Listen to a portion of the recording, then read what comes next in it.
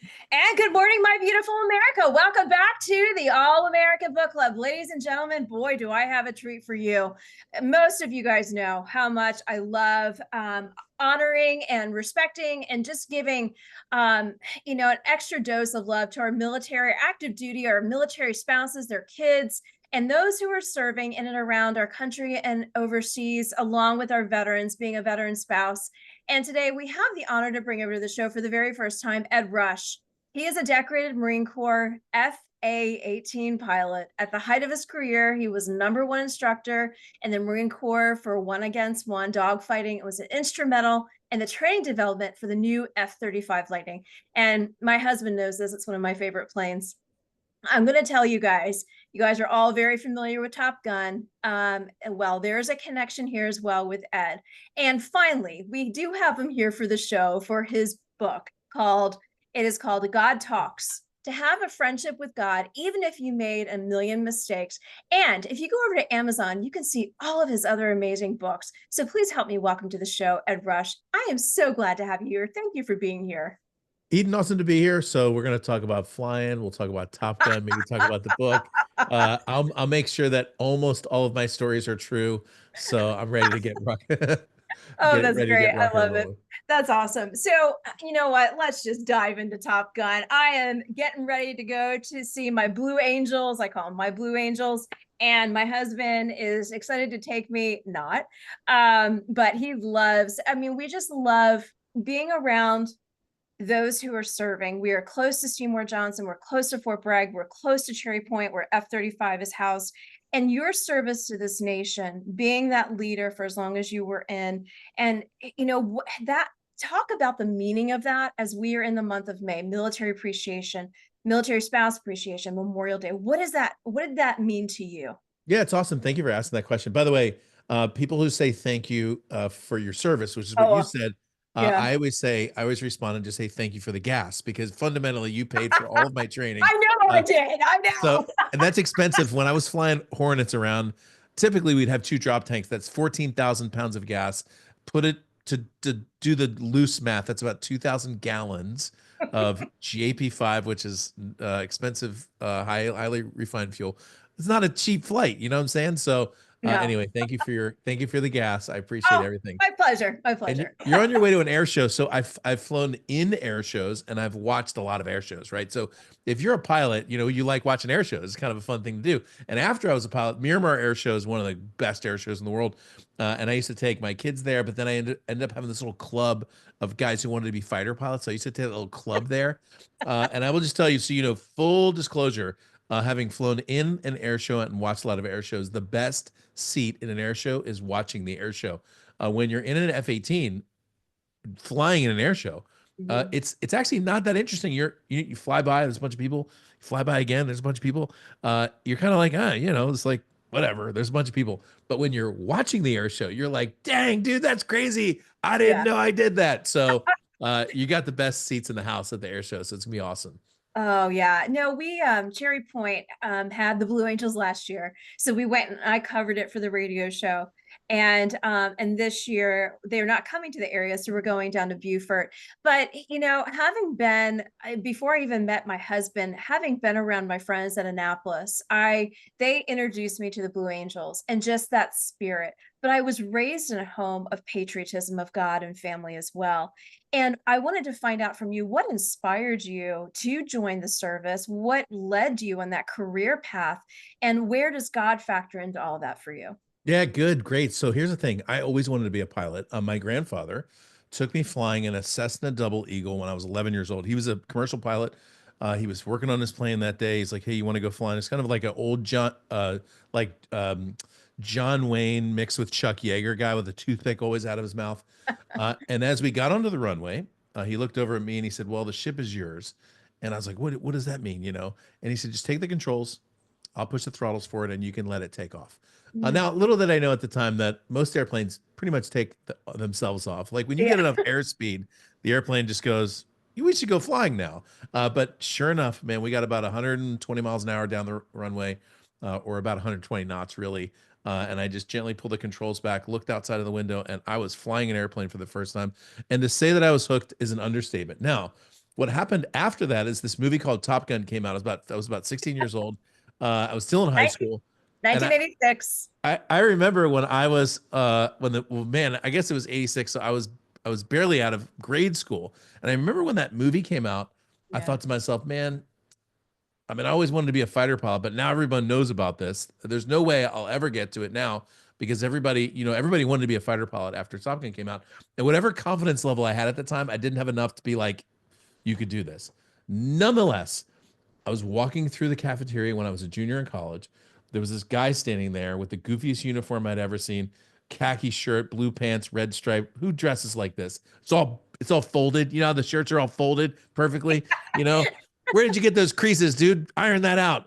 And he goes, I never forget this. He snapped with both of his fingers. He pointed at me like with two 6-shooters, and he goes, "Hey, you ever want to fly airplanes?" And I'm like, "What's the deal with that?" Like, yeah, of course I do. I kid you not. 2 weeks later, I was signing on the dotted line. Like, I am going in the Marines. I'm going to go fly airplanes. And I will say, looking back, I just saw the God's hand upon every, like, how does that even happen? You walk into the cafeteria at some random time, some dude snaps his fingers and points at you. And I showed up at boot camp. This is the real God part. And I was confident that there were 189,000 Marines in the Marine Corps at the time. I was confident that there was one believer in the Marine Corps, and that was me. Honestly, I thought the whole thing was full of like atheist, angry grunts and stuff. And and Oh, I walked in to boot camp. Check it out, boot camp. And on the second night, the platoon sergeant who had done nothing but yell at me basically for like 2 straight days, he said, now, does anybody want to, just before we go to sleep each night, I'll let one of you pray for our platoon. Now, oh, I've that's never, so I've never, never, cool. never heard of this happening before, ever. And I had not told anyone anything. Like, you don't tell anyone anything, okay? So he goes, does anybody want to, if you just want to say a quick prayer before, that's fine.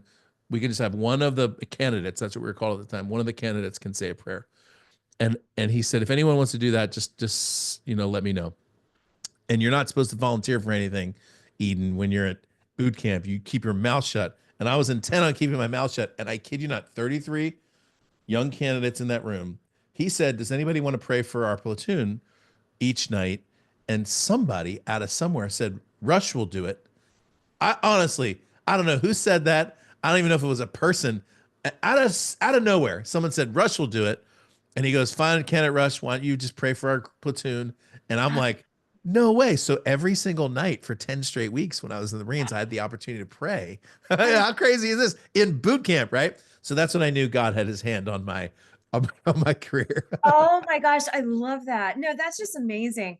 So, okay, let's talk about next steps then. You when it ended up being the instructor, and we all noticed Top Gun, but really, how did that transform you as well as you were, leading, inspiring a new generation, and now even looking back on it today, seeing what has happened in our nation, but where our nation is going. How do you like looking at those two lanes? What really impacted you in that time period? Yeah, super cool. The short, to fill in the rest of the biography, the short version. Well, I should tell you, I failed kindergarten. I should have told you that earlier on. The reason I say that is because the bio gets pretty good towards the end of my career, and sometimes it sounds like, gosh, this guy. But I should just say, like, I failed kindergarten. I've always been a little, a couple sandwiches short of a picnic mentally or whatever. That's the reason I went in the Marine Corps. But yeah, I did go in. I finally got to flight school, ended up flying F-18s, went in and out of combat for a little while, fought in Iraq, and ended up going to Top Gun, ended up at our weapons school, which is basically our version, the Marine Corps version of Top Gun. I love our country, do always have, always been very, very patriotic. It's been a challenging, like 20, 25 years or whatever in our country's history. We're right in a moment where we are making some huge, huge maneuvers, big decisions as a country, which frankly, for the very first time, we're starting to look past 2 years. Like, our country has Yes. always made decisions. Everyone in Congress, as you know, gets reelected. Every House seat gets reelected every 2 years. And because of that, we think like in maybe 4-second increments. Like, the moment someone says something, if the stock market even moves down 4%, everyone's like, "Oh my gosh, this is the worst decision ever." Well, I'm kind of interested in thinking 40 to 80 years, thinking Yes. generationally. And Yes. and to their credit, by the way, I'm not a big fan of the People's Republic of China, nor their government. I love Chinese people, but just not their leadership. They think in terms of 100-year Yeah. increments. Yeah, they do. We think in like 100 seconds. And Hmm. so I think finally we've got some leadership that's thinking longer term. Yeah. Now what will be interesting to see is if we can sustain it long enough. Like, oh my goodness, there's these people in Congress who are terrified that they're not going to get elected. Well, guess what? Maybe if you're terrified about not getting elected, you shouldn't. You know what I'm saying? Maybe you should be willing to lay your career down for the Yeah. sake of the country. And so I love our country. I love, frankly, where we're going. I don't love necessarily where we are. I don't think anyone does at this exact moment, but I think that, like we're moving in a positive direction. And I always tell people, like when I joined the Marines, I raised my right hand and said, I'm willing to fight against enemies, willing to protect the Constitution against enemies, foreign and domestic. I spent the first 20 years fighting against foreign enemies, and I think I'm spending the next 20 years, frankly, fighting against domestic ones. Yeah, yeah. So Yeah. here we are. Yeah, no, my husband has said very similar.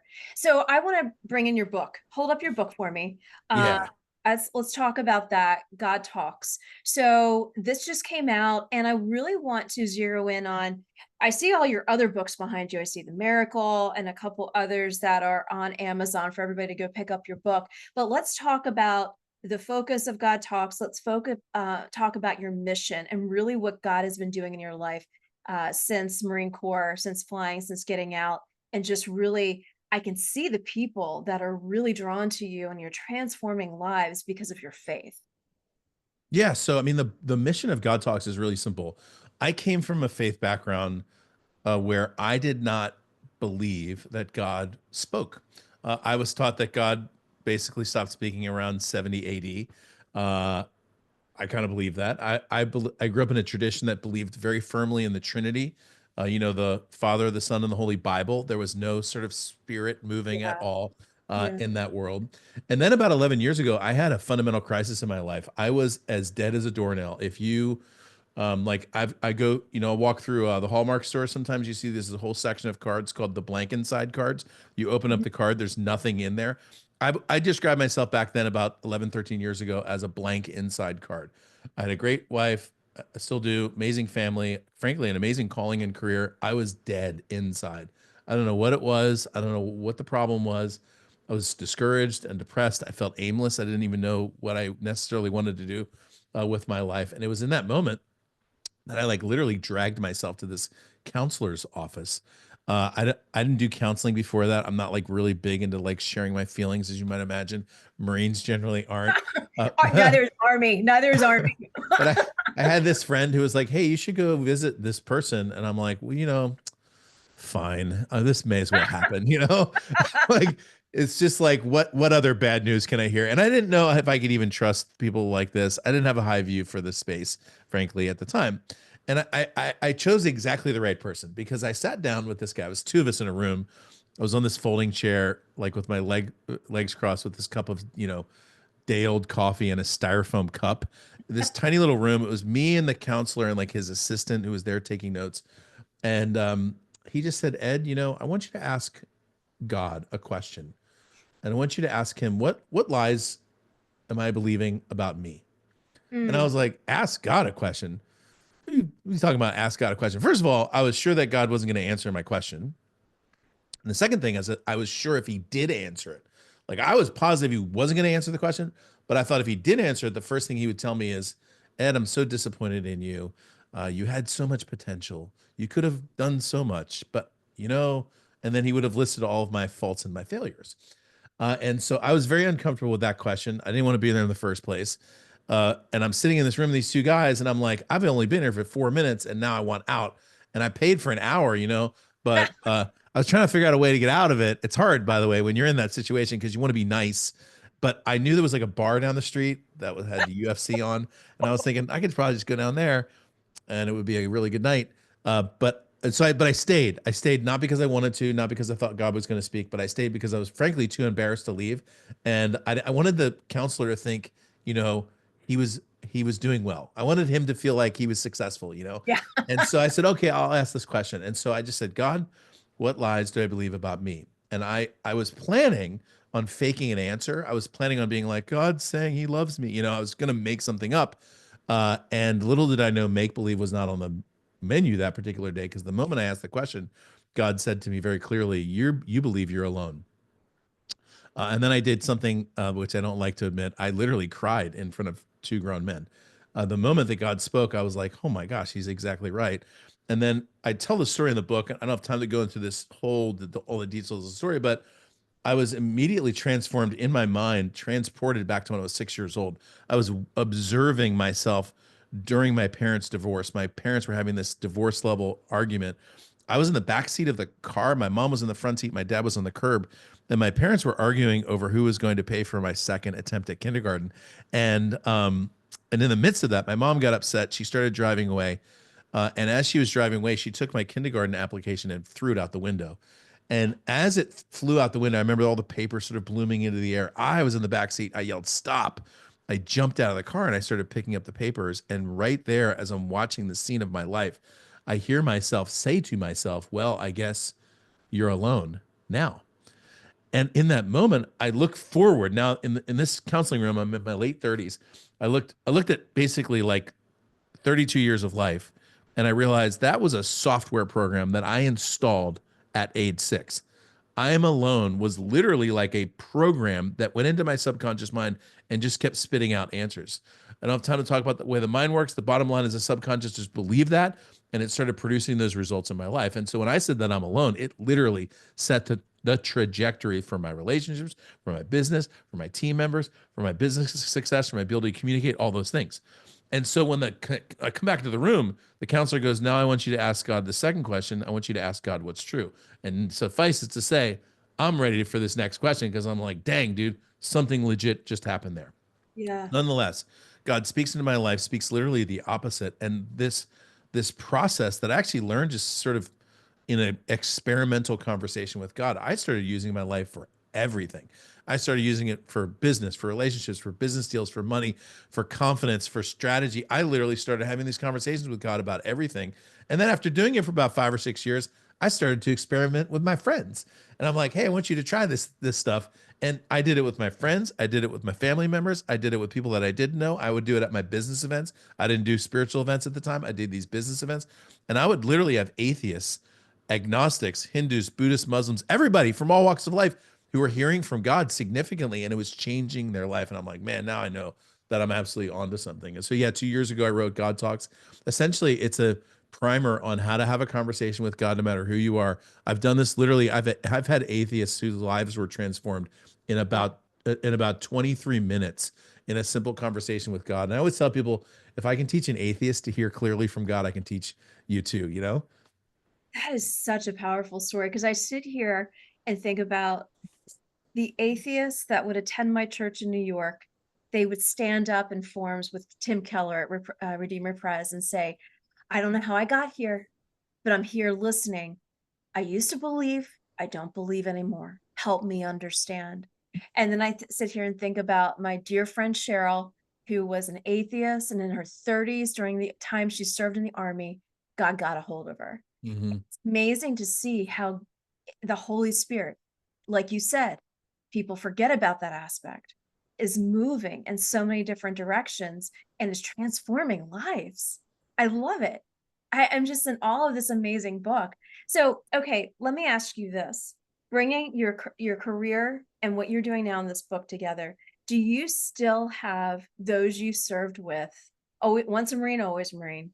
Do they always, do they ever reach back out to you and say thank you for praying? Thank you for being that spiritual influence in a time that was so unknown. It was a very, that's a very difficult time when you're going through boot camp. Yeah, so I get those from time to time. I don't think it had anyone from boot camp who reached out specifically about that. You know, we sort of share stories every once in a while, but normally it's about that funny thing that happened. You Yeah, know, never mind, never mind. We don't need to talk about that. but I did have, so I led a lot of people to the Lord during my time in the military, which was kind of a surprise to me at the time. And I saw a lot of people grow in their faith. I do have folks that reach out, with that. But yeah, I think most of the reaching out, honestly, Eden, is more like, hey, remember that time when you almost killed yourself? And I'm like, oh, dude, why did you gotta Yeah, remind me of that? You yeah, know? yeah. No, So really. But I sit here and say, just the impact that I see in the veteran community and the active duty community, where you have gone through so much and that blank page feeling alone, and your books, and especially this new one, where it could be impacting. And I almost feel like you should have been a chaplain. When you sit there, I mean, did I miss that on your resume or your bio? Because I'm sitting here saying, why aren't you in the chaplain corps as well? it's interesting. So great question. This is actually a wonderful encouragement to the folks who are listening right now. So when I was in the Marine Corps as a pilot, Yeah. I had a young chaplain who came to me and he said, "Hey, I just got out of seminary. I'm starting as a chaplain." He's like, "What advice do you have for me?" And I said, very simple. I said, go to the squadrons and you go find some faithful believers there and you just pour your heart into them and train them and let them go into the squadrons and do the work. Okay.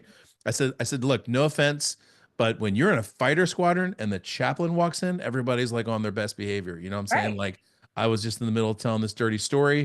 The chaplain walks in and I'm like, I'm going to wrap this one up and we'll finish it later.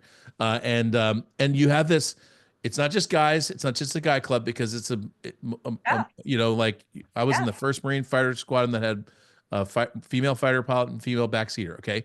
But you have this camaraderie that exists inside of a squadron or a unit that doesn't really like, everybody knows who an outsider is.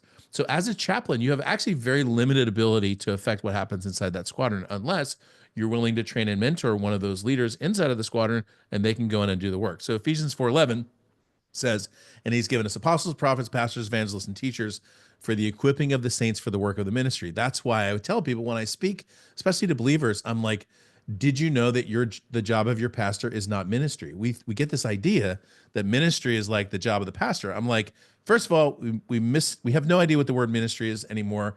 In England, they have a prime minister. In England, they have the minister of education. In India, they have the minister of defense. We got rid of that word minister in 1776 because we got rid of everything Yeah. British. We just said Yeah. secretary, which is kind of a ridiculous way of saying it. In every other nation in the world, a minister is someone in charge.